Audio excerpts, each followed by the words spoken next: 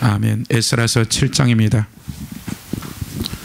7장 11절로 26절까지 구약 719페이지죠. 시작. 여호와의 계명의 말씀과 이스라엘에게 주신 율례학자요 학자 겸 제사장인 에스라에게 아다사스 왕이 내린 조서의 초본은 아래와 같으니라. 모든 왕의 왕 아다삭스다는 하늘의 하나님의 율법의 완전 학자 겸 제사장 에스라에게 조세를 내리노니 우리나라에 있는 이스라엘 백성과 그들 제사장들과 내 이 사람들 중에 예루살렘에 올라갈 뜻이 있는 자는 누구든지 너와 함께 갈지어다. 너는 내 손에 있는 내 하나님의 율법을 따라 유다와 예루살렘의 형편을 살피기 위하여 왕과 7 자문관과 보냄을 받았으니 왕과 자문관들이 예루살렘에 거하시는 이스라엘 하나님께 성심으로 드리는 은금을 가지고 가고 또 내가 바벨론 온도에 얻을 모든 은금과 및 백성과 제사장들이 예루살렘에 있는 그들의 하나님의 성전을 위하여 기쁘게 드릴 예물을 가져다가 수양과 어린 양과 그 소재와 그 전제의 물품을 신속히 사서 예루살렘 대 하나님 성전 제단에 드리고 그 나머지 은금은 너와 너의 형제가 좋게 여기는 일에 너희 하나님의 뜻을 따라 쓸지며 내 하나님 성전에 섬기는 일을 위하여 내게 준 그릇은 예루살렘 하나님 앞에 드리고 그 외에도 내 하나님 성전에 쓸 것이 있어서 내가 드리고자 하거든 무엇이든지 궁중 창고에서 내다가 드릴지니라. 나 곧 아다삭스 왕이 이브라데 강 건너편 모든 창고지기에게 조서를 내려 하늘의 하나님의 율법학자 겸 제사장 에스라가 물은 너에게 구하는 것을 신속히 시행하되 은은 100달란트까지 밀은 100고로까지 포도주는 100밭까지 기름도 100밭까지 하고 소금은 정량 없이 하라. 물은 하늘의 하나님의 전을 위하여 하늘의 하나님의 명령하신 것은 삼가행하라. 어찌하여 진노가 왕과 왕자의 나라에 임하겠냐. 내가 너에게 이르노니 재앙들이나 뇌의 사람들이나 노래하는 자들이나 문지기들이나 느드린 사람들이나 혹 하나님의 성전에 일하는 자들에게 조공과 관세와 통행세를 받는 것이 옳지 아니하니라 하였노라. 에스라야 너는 내 손에 있는 내 하나님의 지혜를 따라 내 하나님의 율법을 아는 자를 법관과 재판관을 삼아 강 건너편 모든 백성을 재판하게 하고 그 중에 알지 못하는 자는 너희가 가르치라. 물은 내 하나님의 명령과 왕의 명령을 준행하지 아니하는 자는 속히 그 죄를 정하여 혹 죽이거나 귀양 보내거나 가산을 몰수하거나 옥에 가둘지니라 하였더라. 아멘. 에스라서 1장을 다시 보시면 에스라서 1장 1절로 4절까지 한 번 더 같이 합독합니다. 시작. 바사왕 고레스 원년에 여호와께서 예레미야 입을 통하여 하신 말씀을 이루게 하시려고 바사왕 고레스의 마음을 감동시키심에 그가 온 나라에 공포도 하고 조소도 내려 이르되 바사왕 고레스가 말하노니 하늘의 하나님 여호와께서 세상의 모든 나라를 내게 주셨고 나에게 명령하사 유다 예루살렘의 성전을 건축하라 하셨나니 이스라엘 하나님은 참 신이시라. 너희 중에 그 백성 된 자는 다 유다 예루살렘을 올라가서 이스라엘 하나님 여호와의 성전을 건축하라. 그는 예루살렘에 계신 하나님이시니라. 그 남아있는 백성이 어느 것에 머물러 살든지 그것 사람들이 마땅히 은과 금과 그 밖의 물건과 짐승으로 도와주고 그 외에도 예루살렘에 세울 하나님의 성전을 위하여 예물을 기쁘게 드릴지니라 하였더라. 아멘. 우리가 이제 에스라에서에 나와 있는 바벨론 포로에서 이제 오직 이 예루살렘이나 바벨론 땅이나 현재 첫 창조 아담 안에서의 어떤 기준을 봤을 때는 도저히 돌아갈 수 있는 형편과 사정과 가능성이라는 것은 거짓없는 거죠. 그러나 이제 이 사이로부터 하나님의 사람들이 하나님이 이 다니엘도 70년이 돼서야 예레미야에게 약속한 이때가 되었구나라는 이와 같은 일들이 생기죠. 그래서 그의 기도로 말미암아 그 21일 만에 그 기도가 응답되어지는 역사로부터 다니엘만이 아니라 많은 하나님의 사람들이 이것에 대해서 선지자가 얘기하기 전에 신실한 하나님의 사람들에게 꿈과 환상과 음성으로도 많이 들려줄 거라는 거죠. 특정한 한두 사람만이 아니라 하나님을 그렇게 사모하고 찾던 하나님의 백성들을 향해서 하나님은 다니엘에게 그렇게 말씀하셨듯이 하나님의 사람들에게 이루 말할 수 없는 사건과 문제를 통하여서 그 바벨론 포로에서 돌아오겠다는 약속의 말씀을 모른다 할지라도 하나님 무엇인가 계시해 줬고, 그것조차도 되지 않는 것은 자연적인 첫 창조 안에서 누구나 귀머거리가 아니면 들을 수 있는 선지자들을 통하여서 그들에게 들을 수 있는 기회를 모든 이들에게 주었다라는 것이죠. 그 당시에 약 250만 명이 포로로 잡혀간 그들이 증가되어져서 250만 명이 그것에 살았다고 했을 때 많은 이들에 있어서는 갈림이 되어졌을 거예요. 정말 그것에 갔을 때 돌아갈 때 살 수 있을까? 이 70년 동안에 안정되고 그 대가를 지불해서 살아왔던 이 삶의 영역들 가운데 그들이 첫 바벨론 폴에 돌아올 때 약 350억이라는 은금만 합쳐서 두 번째 돌아올 때도 250억에서 300억 가까이 되는 이 어마어마한 재정들을 헌금했다라는 것은 엄청난 또 다른 하나님의 은혜를 주셨던 것들이죠. 그래서 그들의 삶의 자리 가운데 이 70년을 정리하고 다시 돌아가야 된다는 이 삶의 영역들 가운데 첫 1차 포로 때 돌아온 것은 5만 명이었죠. 말하자면 그 누군가가 음성을 들었으니까 우리가 가자뿐만 아니라 그 바사 페르시아의 왕인 고레스가 칙령을 내려서 너희들에게 성전 기물도 주고 너희에게 필요한 모든 것들을 공급해 주겠다. 말하자면 모든 환경과 여건들은 이제 하나님이 통치할 만큼의 증거와 확증들이 분명하게 있는데도 불구하고 그것을 듣고 그것에 대해서 동의했을지라도 실제 그것을 결단해서 돌아온 사람들은 5만 명이었죠. 그러면 이제 우리의 삶에 있어서 하나님의 세미한 음성을 듣는다라는 것은 이 5만 명이 1800km, 2000km 되어지는 이 여정을 4개월에서 5개월간 그 여정들을 오는 여정들 가운데 그 5만 명이 들었던 결단을 해서 이 여정들을 통해서 오는 이 4, 5개월 동안에 들어지는 그 은혜는 그 누구도 이 5만 명이 4, 5개월 거쳐서 돌아오는 이 포로기에서 돌아오는 이 여정의 은혜는 아무리 받은 은혜를 가지고 바벨론이 됐던 이제 예루살렘에 돌아와서 그들에게 그 간증을 할지라도 그것을 알고 있는 그 부분들에 대해서는 이 5만 명이 느껴지는 이 은혜와 축복은 두 번 다시 그들의 인생 가운데 오지 않는 은혜라는 거죠.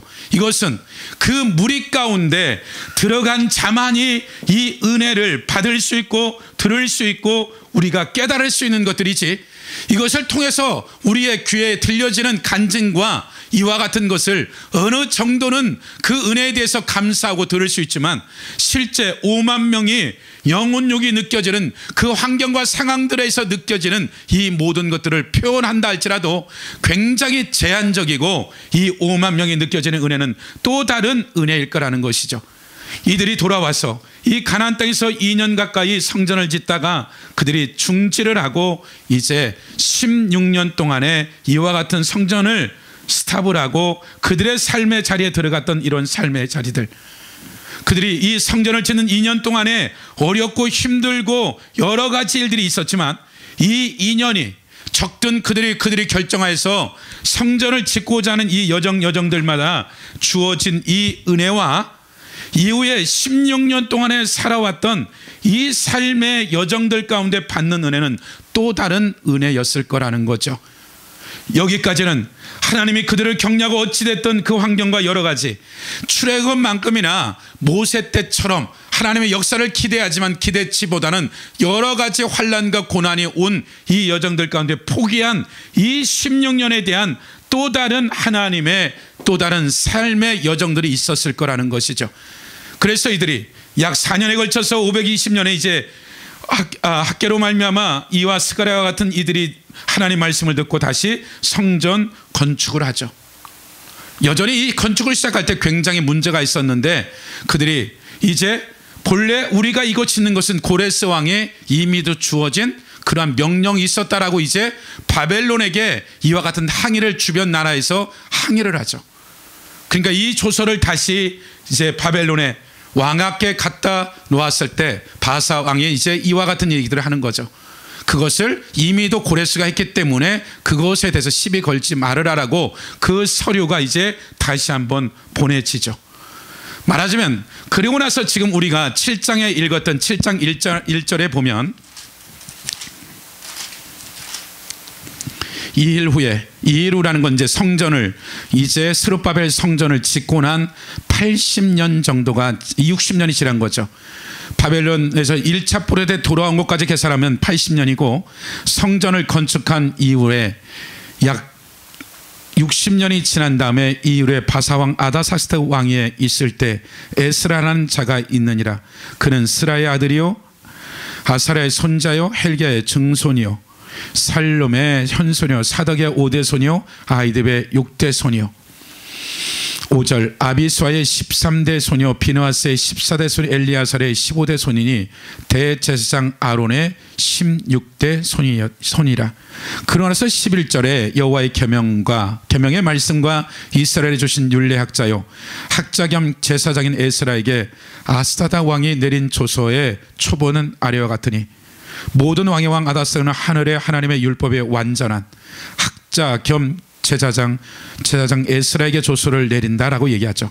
말하자면 첫 세대가 1차 포로에서 돌아오는 1차로 돌아온 그 귀순한 이들이 있은 이후에 80년이 지났을 때 에스라가 2차 귀환을 하자라고 이들에게 얘기를 했을 때 이제 이 첫 번째 돌아왔을 때 그들이 1살이었다면 81살인 거죠. 말하자면 1차 포로 때 오지 못한 자는 대부분이 아마도 죽었을 거예요. 그리고 그 81살에 온 사람도 분명히 있을 거예요. 말하자면 이 1차 포로 때 오지 못한 사람들이 이 1900여 명 정도 되는 2차 포로에 돌아온 숫자적인 것들은 생각보다는 굉장히 적었을 거라는 것이죠. 문제는 1차 포로 때 5만 명이 느껴지는 이와 같은 은혜와 축복들이 2차 포로 때 하나님이 이들이 돌아오는 이 여정은 1차 포로 때 이들이 받았던 은혜나 2차 포로에 받았던 은혜는 전혀 다른 것들이에요.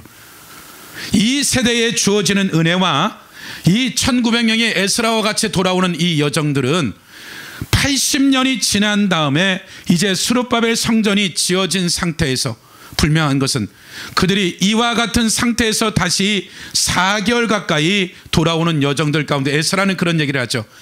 이 사람들을 위해서 왕이 보병과 마병을 보낼 것에 대한 것을 이미 알고 있고, 그랬을 때 에스라가 금식하며 기도하죠. 하나님, 우리가 이 이방인의 보호를 받는 것이 부끄러운 일이고 창피한 일입니다.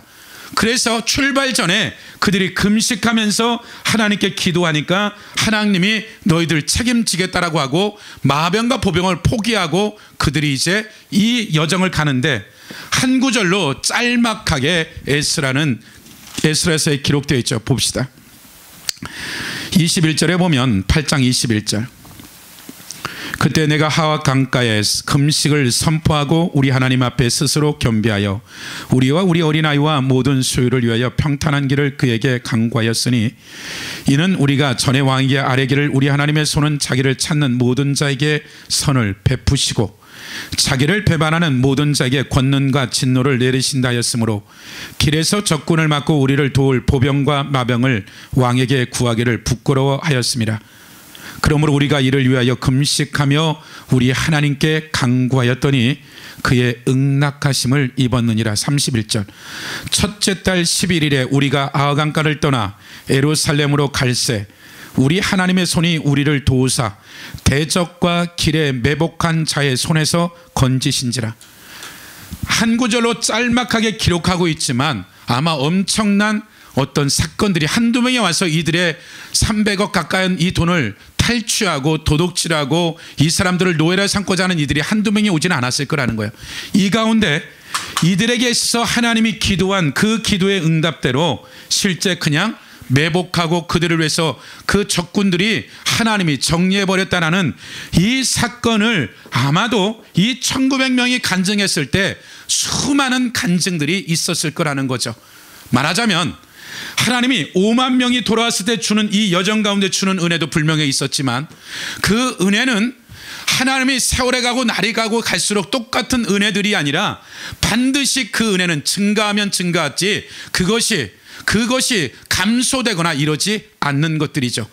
말하자면 30년 전에 한국 땅에 이 죄성에 대한 것들이나 현재 죄성들이 훨씬 더 강력하죠.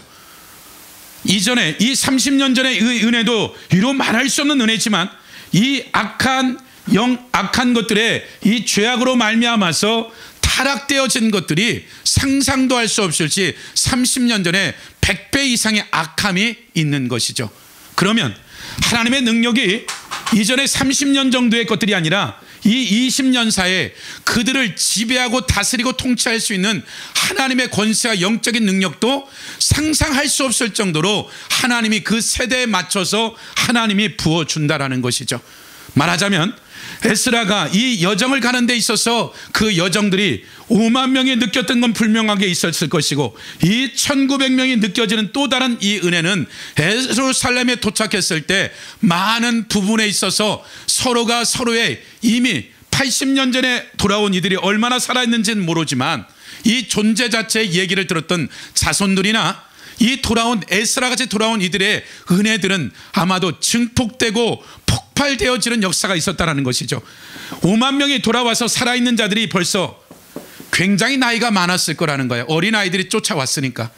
이들이 부모로부터 할아버지가 들었던 본인들이 보았던 것과 에스라가 돌아와서 이 같이 나눴던 은혜들은 이들이 80년 전에 받았던 은혜들이 또 한 번 하나님이 그들의 마음을 만지고 생각을 만지고 이런 역사적인 일들도 일어났고 에스라가 돌아와서 그들의 범죄로 말미암아 성전이 세워졌는데도 불구하고 타락된 이스라엘 백성들을 향해서 머리를 쥐어뜯고 수염을 찢으며 옷과 가슴을 찢으면서 그가 하나님 앞에 선포되어지는 순간에 이미도 이 5만 명이 왔던 살아있는 존재들과 스룹바벨 성전과 이전에 이와 같은 받았던 은혜들이 어디 간 것들이 아니라 분명하게 은혜가 있었던 건 사실이고 그 사실이 우리의 영적 경험 가운데 기억력 속에 우리의 영이 알고 있는 이 여정들이 죄악으로 말미암아 원수로 유린되어져서 꼭꼭꼭 묶여지고 견고한 진으로 어찌할 바를 모르는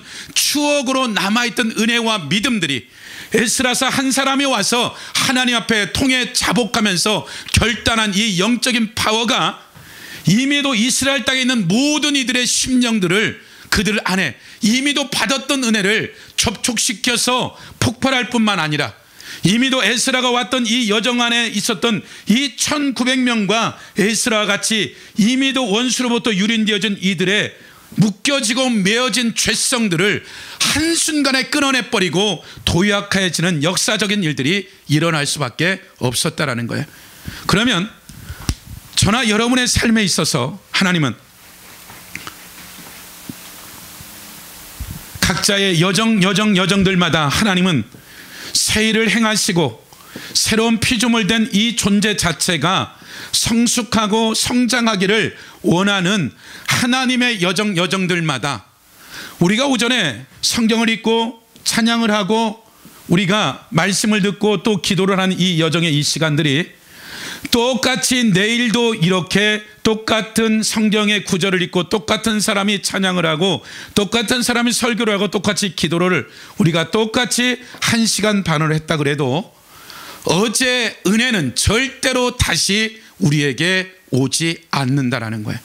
어제 은혜는 어제 은혜로서 받은 그 자리에 있는 사람들의 은혜지 내가 유튜브나 무엇인가 녹음해서 들었던 이 얘기들은 그 설교 안에서 들을 수 있는 뉘앙스 이상의 100분의 1, 1000분의 1도 되지 않는 거예요. 그 자리에서 부어지는 위로부터 부어지는 은혜들 그것이 찬양이 됐든 기도가 됐든 교제가 됐든 그 어떤 하나의 사건으로 말미암아서 그 시간에 주어지는 이 시간은 이 시간에 참아내지 못하면 그 공간과 시간 가운데 머물러 있지 않으면 이 은혜는 내 인생 가운데 다시는 오지 않는 다른 얘기를 하면 더 디테일하게 얘기하면 내 영의 기능과 실력들을 잘하는 그 시간은 2번 다시 내 기능과 실력을 갖추는데 다른 시간으로 땜빵 되어지는 것이 아니라 채워지는 것들이 아니라 그 시간은 다시는 내 인생 가운데 기회가 돌아오지 않는 그냥 지나가 버리는 그런 시간들이죠. 원수는 우리에게 하나님의 은혜는 한이 없고 사랑은 한이 없는데 언젠간 받으면 되겠지라는 아주 꼭 그렇게 받아야 되냐 하는데 가면 갈수록 제가 느껴지는 것 중에 이 부분들이, 이 은혜가 다시 주어지긴 주어지는데 그 전에 지나간 그 은혜는, 그 시간에 그 타이밍에 오는 그 은혜는 이미 흘러가 버렸기 때문에 그것은 내 세월 가운데 하나님 앞고 나하고의 계산할 문제가 돼버리다라는 거죠. 기능과 실력들이 그 시간 그 환경과 상황 가운데 내가 성령의 지시를 따라 순종해야지만이, 복종해야지만이 채워질 그 영역에, 그 기름 부음이 됐든 임재가 됐든 내가 느끼든 못 느끼든 그 영역이 반드시 그 삶의 장소와 시간들 안에 들어가지 않으면 그것은 두 번 다시 내게 그 기능과 실력들은 오지 않는다라는 거예요. 하나님이 우리에게 주시는 기능과 실력들이 무한대예요. 무한대. 그러나 이 땅에서 내가 주어진 그 시간 안에서 하나님의 음성을 들을 것인지, 내가 내 옛사람의 소리를 들어서 내가 하고 싶은 대로 가든지, 그 삶의 영역들 가운데 선택해야 되는 것이죠. 그래서 제가 많은 사람들한테 그런 얘기를 하죠. 그것이 옳다면 여러분의 생명과 인생을 다 걸어버리세요. 거기다. 그게 옳다면. 그것을 다른 사람한테 설득시키고 이해시킬 것이 아니라 당신이 그것에 인생을 걸고 생명을 걸고 모든 것을 다 갈아서 그것이 맞다는 것에 여러분의 삶을 걸어서 당신을 통해서 그것이 보여지고 나타나진다면, 그것이 당장에는 인정을 받지 않을지라도 시간이 지나지면 반드시 열매가 맺어질 것이다. 그래서 우리가 동시에 두 가지 일들을 가능성 있는 게 없어요. 아무리 뛰어나다 그래도. 그래서 우리가 이 시간과 장소나 주어진 여러분의 삶의 영역들 가운데 5만 명이 느껴지는 이 은혜, 1900명이 느껴지는 이 은혜, 이스라엘 땅에 있는 여전히 곳곳의 은혜들은 어디에 있든 하나님은 은혜를 주는 건 분명한 사실이에요. 오순절 마가다락방에서의 그들이 모여진 사람들의 120명 말고 그 전날에 121명, 150명, 300명도 모였을 거, 500명도 모였을 거라는 거예요. 근데 그것이 언제 성령이 임할지는 모르는, 그냥 때를 기다려라. 말하자면 40일 지나고 나서 50일째 오순절 시내에서 말씀을 받은 그날인데, 그날에 이 오순절 마가다락방의 120명 이들이 느껴지는 이 은혜와 축복과 능력은, 고넬료 집안에서 느껴진, 고넬료가 느껴진 것이 그 현상들은 비슷할지 모르지만 이 부어지는 은혜는 그 시간에 그것에 있지 아니하면 느끼고 만지고 볼 수 있는 영역이 내가 인지할 수 있는 능력보다 훨씬 더 많은 영역에 하나님이 부어지는 은혜들이 분명하게 있는 거죠. 우리가 주일이 되어져서 이곳에 앉아서 졸든 자든 생각이 온 세계를 다니든, 내가 하나님 앞에 드려져서 이 드려진 주일 예배에 이 앉아 있는 시간에 일반적인 은총이 부어지고, 그 다음에 이 한 사람 한 사람들이 사모하는 그 찬양과 기도와 말씀의 사모함에 따라서 또 다른 특별한 은혜들이 부어지는 것은 분명한데, 그 시간 안에 그 섹터 안에 있었을 때 주어지는 은혜가 일반적인 은총이 반드시 있고, 그 다음에 그 안에서의 하나님 앞에서 지불하는 그 열정과 사모함과 갈망으로 말미암아 똑같은 시간 안에서도 엄청난 차이가 일어난다라는 거죠. 그렇기 때문에 여러분들이 언젠가는 은혜를 받으면 되고 언젠가는 내가 하나님의 능력을 받으면 되는 것들이 아니라, 그 시간이 지나게 되면 그 시간에 주어지는 그 은혜와 능력은 도저히 내가 다시 그 시간에 돌아간다 할지라도 그 시간들은 이미도 끝난 거예요. 120년 동안에 영원한 것을 준비하는 이 120년 연한 안에서 하나님 앞에서 달려가는 사람들이 달려가도 그 여정이 끝이 없는 그 여정들 가운데 안 된 부분들을 언젠간 채워 넣는 부분들은 있겠지만, 그 타임이 지나간 그 시간들은 다시는 내 인생 가운데 기회로 주어지지 않는다라는 거예요. 그래서 내가 아침에 일어나서 성경을 읽게 되어지고, 내가 저녁 때 읽으면 되겠지. 저녁 때 읽을 수 있는 거죠.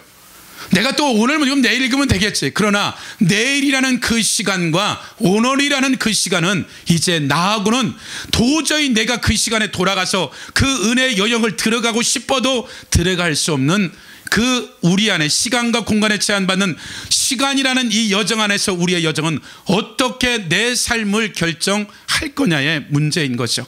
그러면 우리의 삶의 각자의 영적 기능과 실력과 여러분의 속사람의 실력과 기능들은 우리의 겉사람이 자라듯이 이 속사람의 이 자라는 이 여정들마다 하나님이 주시고자 하는 은혜들이 모든 사람에게 공평하게 기회를 주시만 그 공평한 기회 가운데 각자가 이제는 그 선택의 시간들을 내가 결정하지 아니하면 그 시간은 그냥 떠내려 가서 언젠가는 되겠지 않은 이 원수의 거짓된 말씀 앞에 거짓된 것에 속아서 언젠가는 그 은혜가 또 줄 거야. 아니요, 그 은혜는 또 다른 은혜야.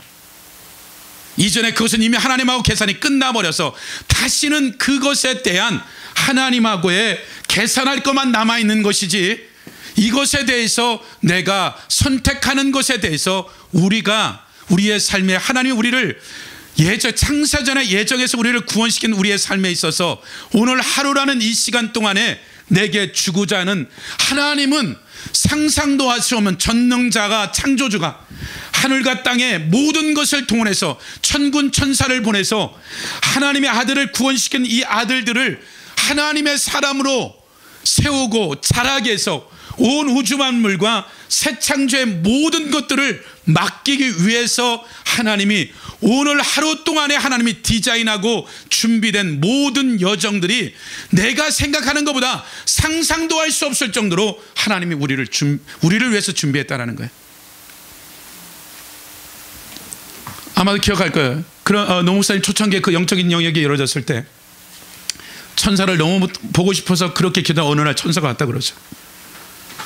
수많은 천사들이 멀리서 보이는데 그냥 딱 누워있는데 이렇게 천사가 딱 앞에 같이 누워버리더라는 거죠. 근데 자기가 생각했던 흰 이런 하얀 옷을 입고 날개를 한 게 아니라 사람 모습에 완전히 기름때가 묻어서 왔다라는 거죠.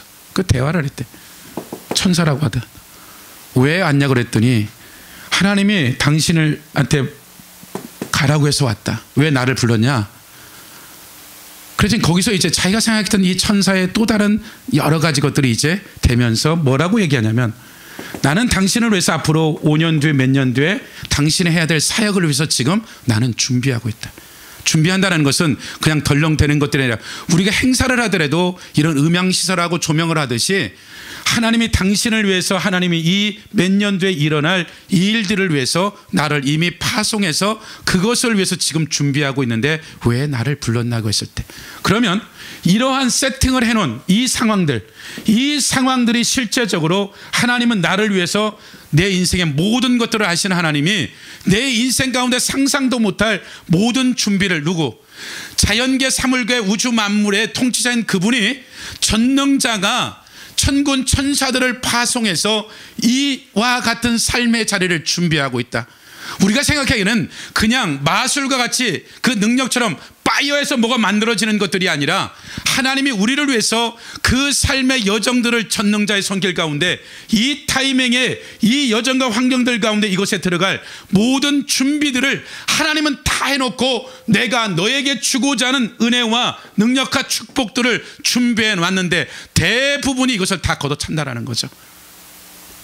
250만 명을 위해서 하나님은 그 길을 가는데 어떻게 먹을 것을 우리가 가져갈 거냐 그러나 하나님은 이 250만 2500만이라도 하나님은 준비하고도 남을 뿐인데 출애굽 때 최소한 300만 명 이상이 갔기 때문에 너희들이 가는 여정 아무런 문제가 없는데, 그들에게 준비한 이 4개월의 여정 가운데 준비된 상상도 못할 이 여정들을 누가 준비했겠냐는 거예요.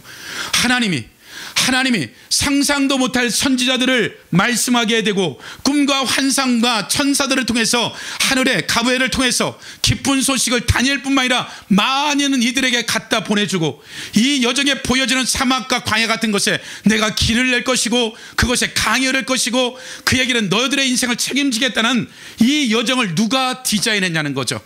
하나님이 그 모든 것들을 준비해 놓고 너희가 이 여정에 순종할 거냐 복종할 거냐 불순종할 거냐는 이제 각자의 몫이 되어져서 이 여정을 통과해내는 것과 이들이 가고 나서 훗날에 10명 20명이 이 여정을 가는 것 또 다른 여정인 것 같아요.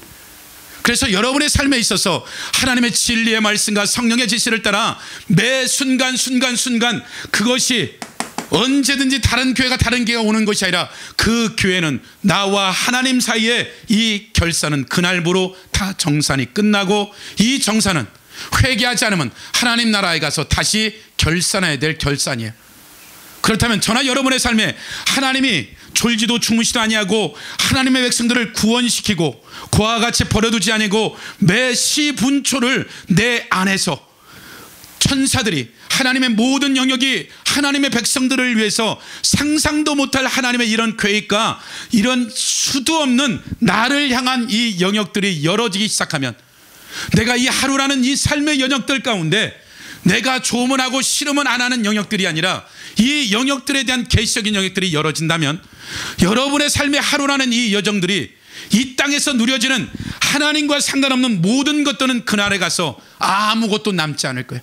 그것이 아무리 즐거운 일이고 부귀영화를 누리는 일이고 수백억의 돈이 된다 할지라도 이것이 하나님과는 상관없다면 그날에 가서는 하나님과는 전혀 상관없는 날이 되어버리는 거죠. 그러나 그것이 정말 겨자씨 많고 별 볼 일 없고 정말 누가 보더라도 바보스러운 일들 같은데, 하나님의 그것이 그날의 너를 향한 하나님의 계획이라면 그것은 당장에는 겨자씨 같을지는 모르지만 상상도 할 수 없는 우리의 삶의 여정의 여정들이 오게 되어 있다는 것이죠.